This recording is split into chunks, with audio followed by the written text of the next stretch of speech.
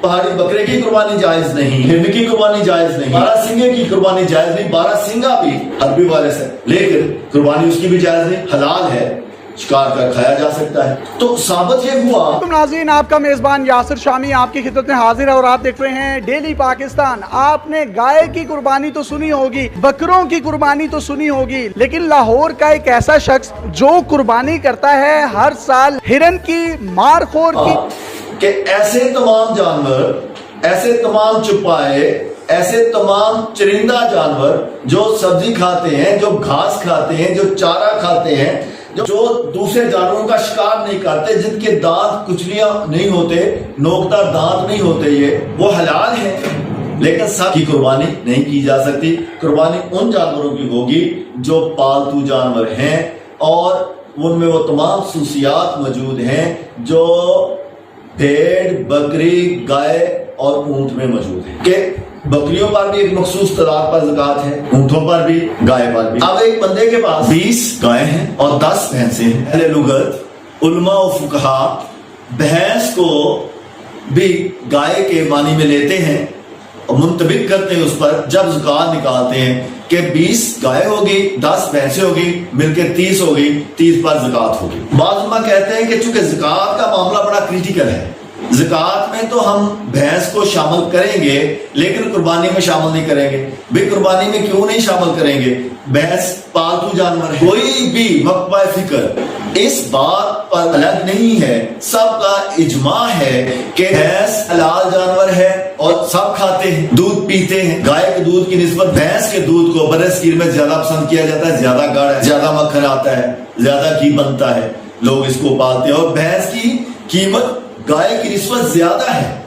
بھینس کا دودھ مہنگا ہے، گائے کا دودھ سستا ہے، لوگ بھینس کو رکھنا زیادہ پسند کرتے ہیں کیونکہ بھینس کا دودھ اچھا ہوتا ہے، بھینس مہنگی، بھینس پالتو جانور ہے۔ یہ جو کرائٹیریا ہے اس کے مطابق تو بھینس کی قربانی جائز ہے۔ قرآن نے تو تنگ کیا نہیں، لا اکراہ فی الدین، دین میں قرآن نہیں ہے، سختی نہیں۔ بہیمہ کا لفظ ساتھ لگا کے اللہ تعالیٰ نے چپائے اور سبزی خور ان کی وسعت کو زیادہ پھیلا دیا، تو اس میں بھینس بھی آ جاتی ہے۔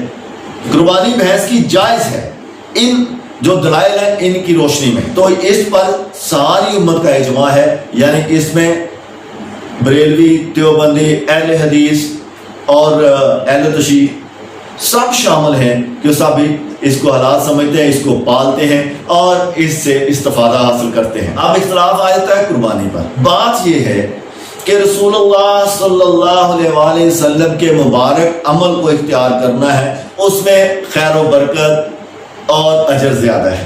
آپ صلی اللہ علیہ وآلہ وسلم نے چونکہ 4 جانوروں کی قربانی دی ہے، اگر چاروں میں سے کوئی ایک جانور اویلیبل ہے اور آپ کے پاس اس کی استطاعت ہے تو آپ بھینس پر اس کو ترجیح دیں۔ کیوں؟ رسول اللہ صلی اللہ علیہ وسلم نے یہ مبارک عمل کیا۔ سب سے زیادہ پسند آپ کو جو قربانی کرنا تھا وہ چتکبرے مینڈے کی، سینگ والا اس کی قربانی، تو یہ مستحب ہے، اس کا اجر و ثواب اور زیادہ ہے۔ نبی صلی اللہ علیہ وسلم کدو کو پسند فرماتے تھے، تو آپ کدو شریف کہتے ہیں، میں خاص کر بریلوی دیوبندی حضرات سے یہ کہہ رہا ہوں، تو پسند کرتے ہیں کہ میرے نبی صلی اللہ علیہ وسلم نے پسند فرمایا۔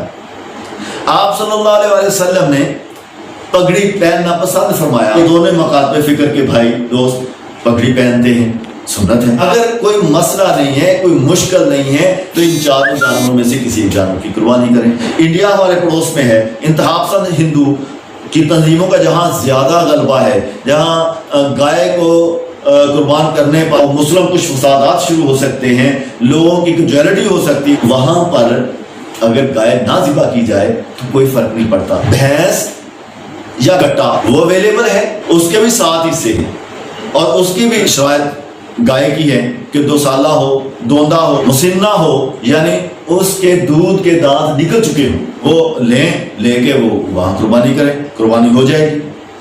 اس طرح نیپال میں جہاں بھینسیں زیادہ ہے، گائے بہت کم ہے، ویسے بھی ہندو معاشرہ ہے، وہاں پر بھی مسئلہ ہے، بھینس کی قربانی دی جا سکتی ہے۔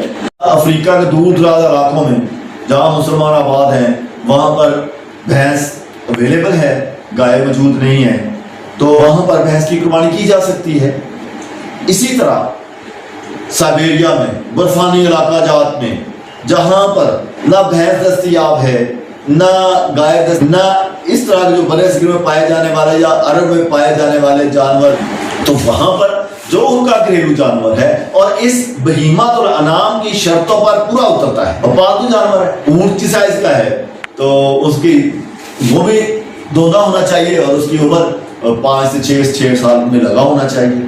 تو میرے بھائیوں، اسلام میں کوئی سختی نہیں ہے، لیکن افضل یہ ہے کہ وہ 4 جانور ہی قربانی پر قربان کیے جانے چاہیے جن کی قربانی رسول اللہ صلی اللہ علیہ وسلم نے کی ہے۔